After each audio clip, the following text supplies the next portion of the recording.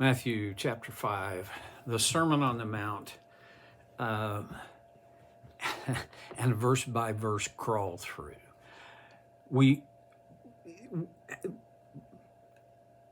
Many of the things that Jesus says in the Sermon on the Mount are a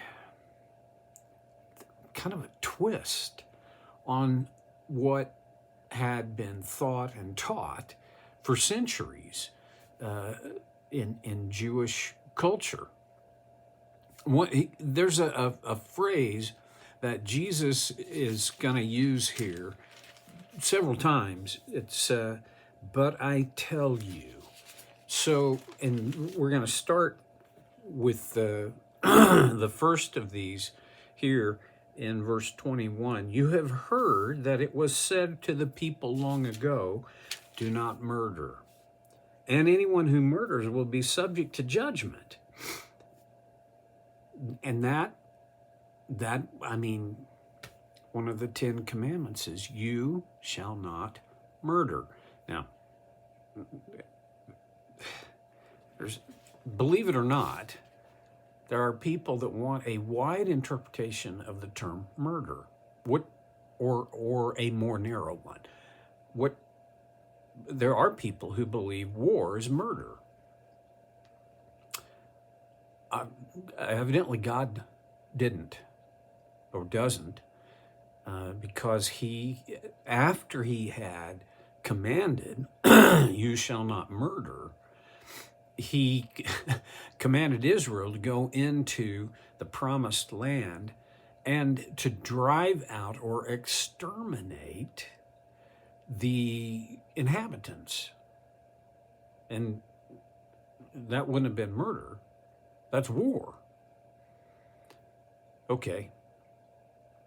That, maybe that's a problem for you. I pretty well doubt it, but there are those who they don't know what to do about war.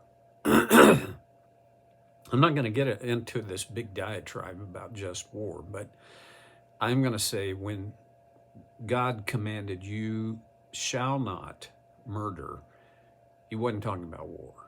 He was talking about when you intentionally kill another person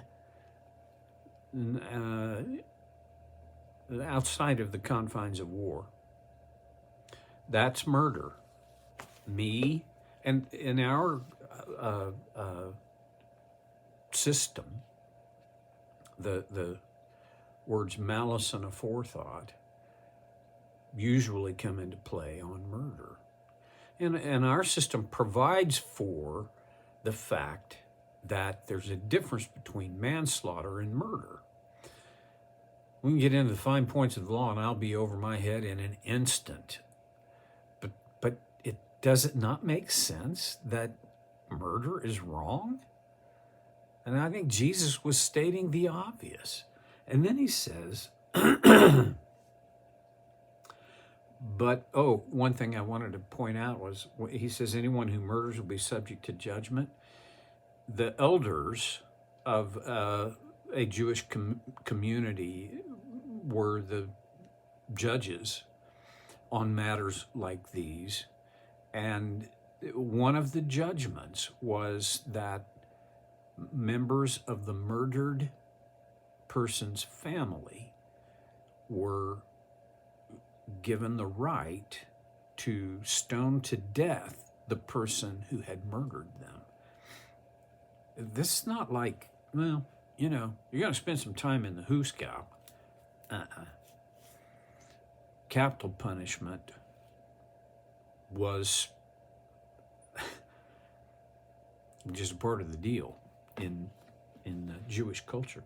Okay, there's so many social and political bunny trails I could go down.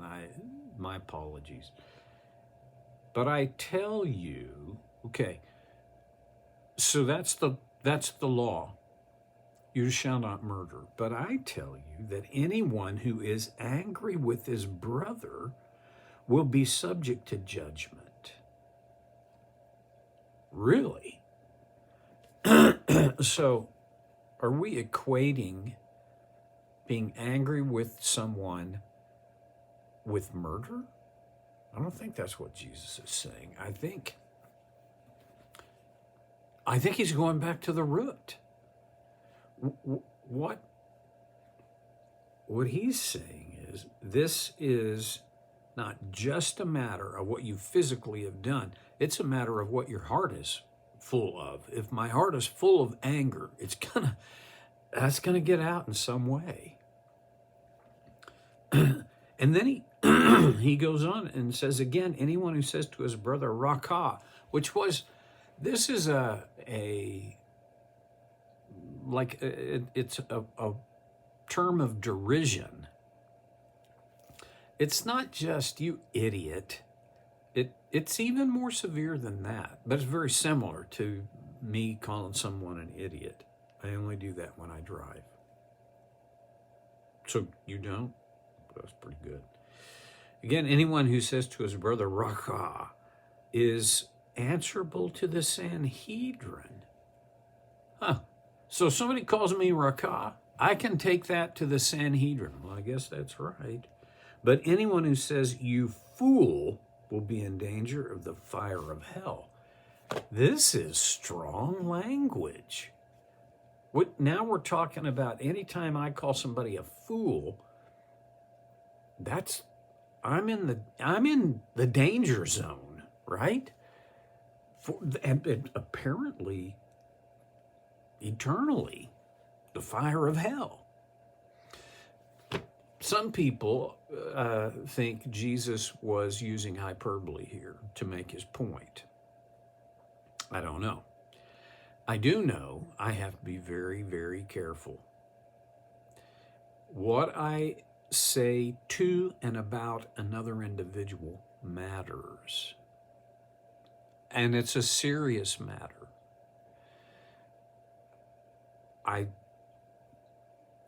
Just on face value, this passage leaves me with the impression that what I say to and about a person is as weighty and significant as something that deserves capital punishment. Ooh, now put yourself in the sandals of a first century Jew. They'd grown up with the law. They knew they could easily quote from Exodus chapter 20. We have it as chapter 20. They would have had it in a scroll where the 10 Commandments are found. This was, you shall not murder. That was nothing new to them. I mean, they knew that, and they knew the stipulations related to it. But now Jesus says, okay, let's go deeper, because we're talking now about attitudes and intents. That would have just, if I'm sitting on that hillside listening to Jesus, I'm thinking, what in the world? I mean, but it doesn't totally turn it upside down, but boy, does it ever. That's a cage rattler. What are we supposed to make of this? At the very least, I think we have to make of it that God is very serious, and that's not even a strong enough way of saying it, but God is incredibly serious about what is in my heart. Later on, Jesus is going to talk about what is in my heart is going to come out. And if I have this kind of evil, negative, derisive stuff in my heart toward another person, it's going to come out. So part of it is monitor what you say. And the way to do that is to monitor what you're thinking. He goes on in verse 23, therefore, it's now that word, therefore, I don't even remember who I first heard say this, but it makes a ton of sense. And it's significant to how we interpret Scripture. When you see the word therefore, stop and figure out what's it there for. This is not an isolated second idea. This is connected. What's in my heart will produce my behaviors and my words. And my words, as well as my behaviors, matter. Therefore, if you're offering your gift at the altar and there remember that your brother has something against you, this is interesting. We're in Jewish culture, it's easy to understand what moment he's talking about. He's talking about when you take an offering. This could have been a financial offering. It could have been a physical sacrifice of an animal. But when you are taking that to the altar and you remember that someone has something against you. Now, it's very easy when I'm taking my offering to the altar, remember somebody I got something against.